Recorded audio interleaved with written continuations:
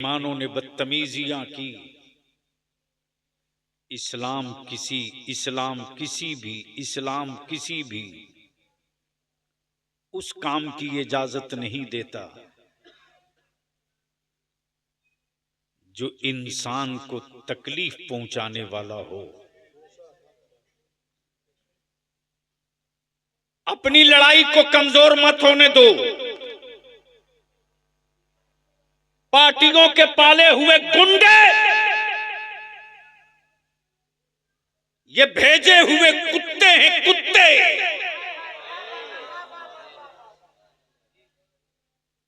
जो गलत हरकतें करते और बदनाम आलिम और मुसलमान होता। इसलिए कि दुनिया का कुफ्र मेरे पैगंबर की तारीख पढ़ करके तब मातम कर रहा है।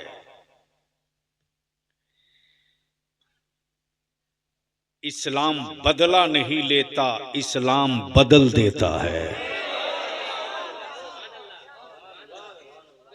इस्लाम बदला नहीं लेता, बदल देता है। और आज कुफ्र उसी से डरा हुआ है। तब पूरी दुनिया में इस्लाम के खिलाफ एक प्रोपेगेंडा सेट कर दिया, नैरेटिव सेट। मुसलमान है जिहादी होगा, मुसलमान है जालिम होगा, मुसलमान है नफरती होगा, मुसलमान है लुटेरा होगा, मुसलमान है डकैत होगा, मुसलमान है कातिल होगा। बलियावी कहता कल के टूरो, जिस इस्लाम के पैगंबर ने जंग के मैदान में पकड़े हुए कैदियों के हाथों की रस्सियां बंधी हों और बंधी रस्सियों की दर्द के दर्द से कैदी चीख रहे हों, तो रहमत आलम फरमावे, मेरे सहाबा ये लोग क्यों दर्द से कराह रहे? ये कराहने की आवाज कहां से आ रही? आकाई रहमत के जानेसारों ने अर्ज की, या रसूल अल्लाह, जो कैदी दुश्मन पकड़े गए हैं उनकी रस्सियां बंधी हैं हाथों में। उस बंधी हुई रस्सियों की गिरहें कुछ ज्यादा सख्त हैं, जिसकी वजह से ये चीख रहे हैं, कराह रहे हैं। रहमत आलम फरमाते, मेरे सहाबा उनके हाथों की रस्सियां ढीली कर दो, इनके दर्द हमें बर्दाश्त नहीं होते। तेरा नबी दर्द देने के लिए नहीं आया है, तेरा नबी दर्द मिटाने के लिए आया है।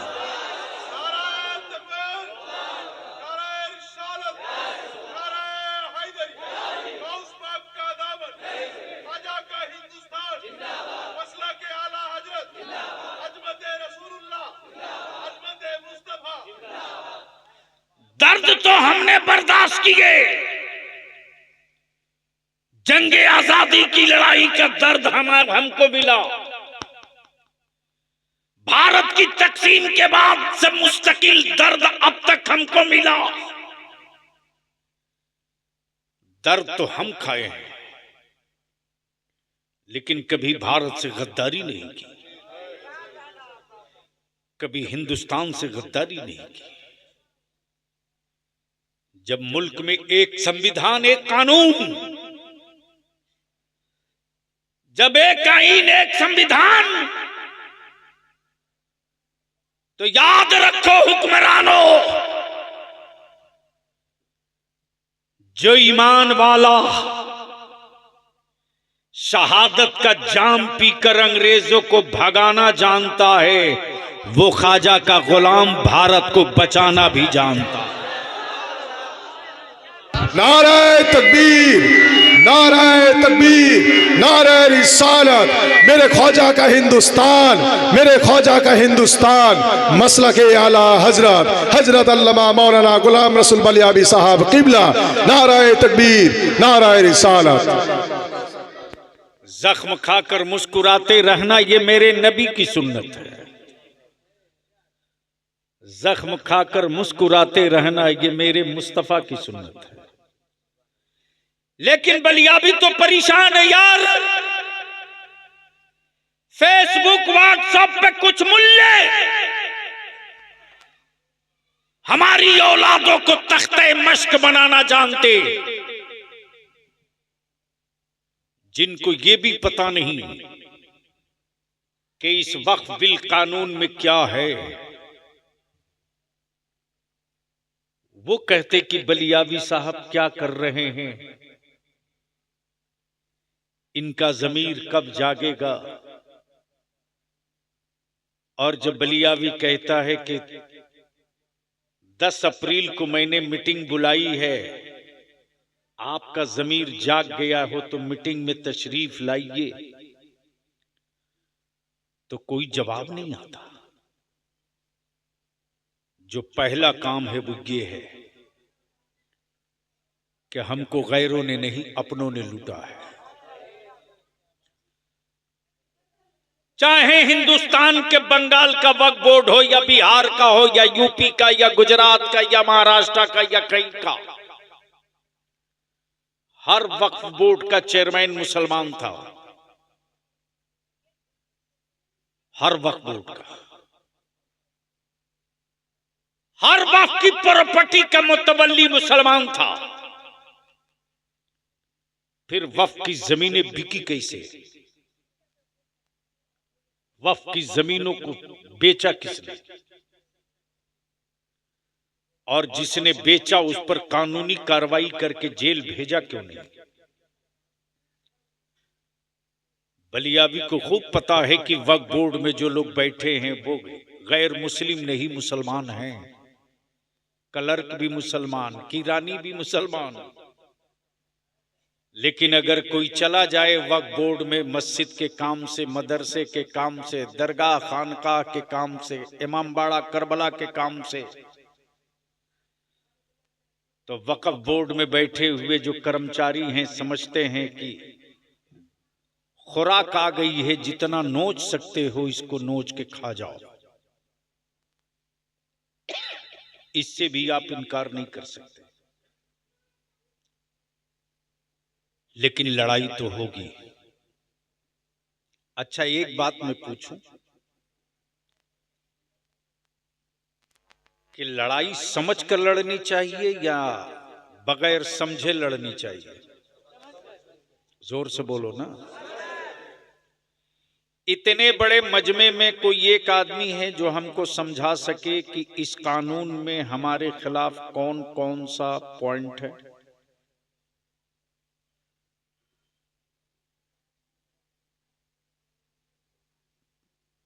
जीरो।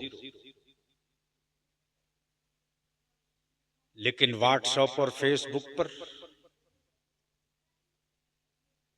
याद है ना, बरसों से मैं चिल्ला रहा हूं, मुसलमानों अपनी औलादों को संभालो। आज बरसों से चीख रहा बलियावी की व्हाट्सएप फेसबुक पर बगैर सोचे समझे, बगैर उसकी सच्चाई को जाने हुए शेयर करने वालों, मेरे अजीज बच्चों, तुम तो बर्बाद हो ही रहे हो। अपने माँ बाप, बूढ़े माँ बाप और घर और गांव को क्यों बर्बाद कर रहे हो? तुमने तो सोचा कि मैंने फला दोस्त को भेज दिया है, लेकिन शायद तुझे पता नहीं कि तेरे दोस्त के यहां जाने से पहले पहले उस तक पहुंच गया है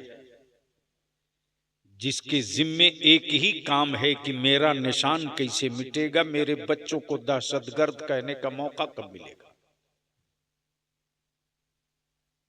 यूपी में बुलडोजर नंगा नाचे, कोई कानून नहीं। एक हरामखोर नहीं बोला ये जुल्म है। लेकिन मुर्शिदाबाद पर सब सबक पढ़ाने, ज्ञान देने आ गए। मैं इसकी सख्त निंदा मजम्मत करता हूं। किसी मजहब का कोई हो, आप अपनी बात करो, अपने हक की बात करो। किसी की दुकान और मकान जलावे कोई और इल्जाम मेरे बच्चों के सर पे मढ़ा जाए, दीदी को भी इस इजलास के जरिए मैं कहना चाहूंगा कि इसकी अदालत के जरिए जांच कराइए। इसलिए कि इसके अंदर से महक आ रही है कि हमारे बच्चों को बदनाम करने के लिए कोई साजिश रची गई है, ताकि पूरे मुल्क में जो गैर मुस्लिम इसके खिलाफ वक्फ बिल की हिमायत में खड़ा हो रहे हैं उनको रोका जा सके। उसकी प्लानिंग का हिस्सा है ये। इसकी जांच होनी चाहिए। बोलो, होनी चाहिए कि नहीं होनी चाहिए? होनी चाहिए कि नहीं होनी चाहिए? जांच अगर कोई जज कर दे बढ़िया से तो जरूर निकल आएगा कि मुसलमानों को बदनाम कराने के लिए, इस लड़ाई को कमजोर करने के लिए और हिंदू मुस्लिम को बांटने के लिए यह हरकत कराई गई है। इसलिए मैं गुजारिश करूंगा, यूट्यूबर जितने हमारे बैठे हैं, विजुअल और शेयर बढ़ाने के लिए अल्लाह के वास्ते वो हेडिंग मत लगाओ। इससे तुम्हारा थोड़ा भला होगा लेकिन नुकसान बहुत हो जाएगा तेरी मिल्लत का। तो थोड़ी देर गुफ्तगू कर दूं। जिस आयत करीमा की तिलावत किया है, दुरूद शरीफ पढ़ लेता। इसको बंद कर दीजिए। आखिर इस्लाम से लोगों को तकलीफ क्यों है? तो एक मैंने बहुत तारीखी बात कह दी, इस्लाम बदला नहीं लेता, इस्लाम बदल देता है। तवज्जो चाहूंगा अहले स्टेज, सदर साहब, मौलाना देखेंगे। इस्लाम बदला नहीं लेता, बदल देता। कैसे बदलता है? कैसे बदलता है? अब वही सुन लो तो बात मुकम्मल हो जाए। तारीख यही रही है कि बेटियां गाड़ी जाती थी और गाड़ने वाला कोई और नहीं, बाप होता था।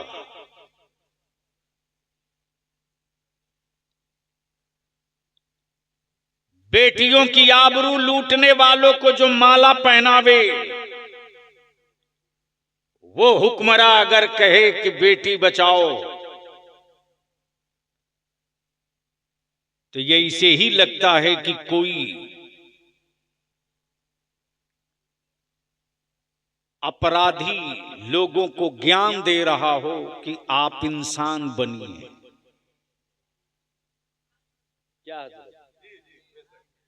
ऐसे ही है जैसे कोई डकैत किसी को कहे कि आप चोरी मत कीजिए। इस्लाम बदला नहीं लेता। बेटियां दफन हो रही थी, माएं सिसक रही थी, बेटियां गाड़ी जा रही थी, माएं आंसू बहा रही थी। गढ़ती हुई बेटियों को देखकर बाप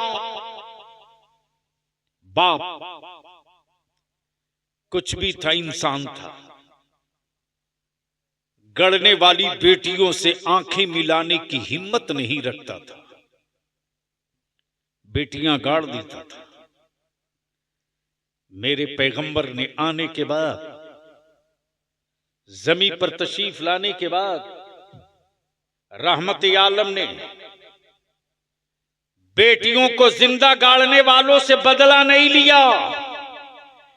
रहमत आलम ने उसी बाप को बदल के रख दिया और बता दिया बेटियां गाड़ी नहीं जाएंगी। आज जो तेरी बेटी कहला रही है, कल इसी बेटी के कदमों के नीचे उसकी औलादों की जन्नत होगी। बेटियों का मकाम बचाकर मुस्तफा ने बाप बदल दिए, बेटियों के बाप बदल दिए, बाप का जहन बदल दिया, बाप की सोच और नजरिया बदल दिया। जब इस्लाम मक्के में तेजी से चल पड़ा और 39 लोग इस्लाम कबूल कर लिए। कितना? 39। कितना? जब 39 लोग इस्लाम कबूल कर लिए, तब अरब के काफिरों ने मीटिंग की और उस दौर के दबंग फारूक आजम से कहा, ए उमर, 39 लोग मुसलमान हो गए, हम पूरी ताकत लगा दिए पैगंबर इस्लाम के खिलाफ प्रोपगंडा करने में। जादूगर कहे माजल्लाह कामयाब न हुए, साहिर कहे कामयाब न हुए, पत्थर मारे कामयाब न हुए, राह में कांटे डाले कामयाब न हुए, बदन पे गंदगी पे कूड़े फेंके कामयाब न हुए, उनके घर का घेराव किया, कामयाब ना हो सके, काबे के तवाफ से रोक दिया, कामयाब ना हो सके, अब तुम ही कुछ करो। तब उस दौर के उमर ने तलवार ली और लेकर निकले, ये कहते हुए कि जब मैं नबी को ही नहीं रहने दूंगा तो इस्लाम कहां रहेगा, जब रसूल ही को नहीं छोड़ूंगा तो इस्लाम कैसे रहेगा। जैसे ही खबर मिली रहमत आलम को कि उमर चले हैं पूरे तेवर के साथ मेरे कत्ल के लिए, सैयदना अबू बकर अर्ज करते, या रसूल अल्लाह अलैहिस्सलाम, मेरे माँ बाप आप पर कुर्बान। उमर की नीयत अच्छी नहीं लग रही। रहमत आलम मुस्कुरा के फरमाते, ओ उमर, ए अबू बकर, उमर 40 नहीं पूरा होने देंगे, आने दो, आज उमर को ही दाखिले इस्लाम करके 40 की तादाद पूरा किया जाए। अब 40वां से झगड़ा किसको किसको है भाई, यानी 40 से तकलीफ किसको है।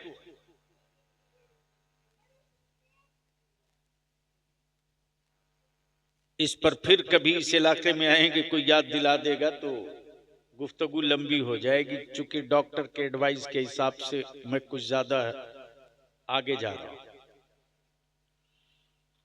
मुंह में 6 टाके अंदर पड़े थे। 1 माह 10 दिनों तक तेरा बलिया भी सिर्फ लिक्विड और दुआओं पे बाकी रहा। मुसलमान इस्लाम बदला नहीं लेता, बदल देता है। जब सैयदना उमर चले थे तलवार लेकर, तब रास्ते में किसी ने मुस्कुरा के कहा, ए उमर, बड़ा इतरा के जा रहे हो, कहां जा रहे हो। क्या कहा, बड़ा इतरा कर जा रहे हो, कहां जा रहे हो। तब सैयदना उमर ने यही कहा था कि मैं जा रहा हूं उनका काम तमाम करने। आए है कहने वाले ने कहा, उनकी तरफ बाद में जाना, पहले अपने घर की खबर ले लो। कब बोलोगे यार, बोल दो, समझो चाहो क्या कहा, पहले अपनी बाड़ी की खबर लो। अब तो बोल दो बंगाल के बाड़ी वालों।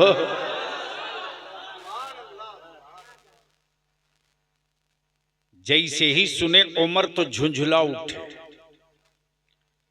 लौटे घर। जाने जब चल पड़े तो अगले ने कहा, अपने घर अपनी बहन की खबर लेना। तो सबसे पहले वो भागे अपनी बहन के घर। अल्लाह अकबर, क्या मंजर रहा होगा मुसलमान, सोच कि भाई के हाथ में तलवार है, कत्ल के इरादे से बहन को आया है। इस्लाम बदला नहीं लेता, बदल देता। जैसे ही सैयदना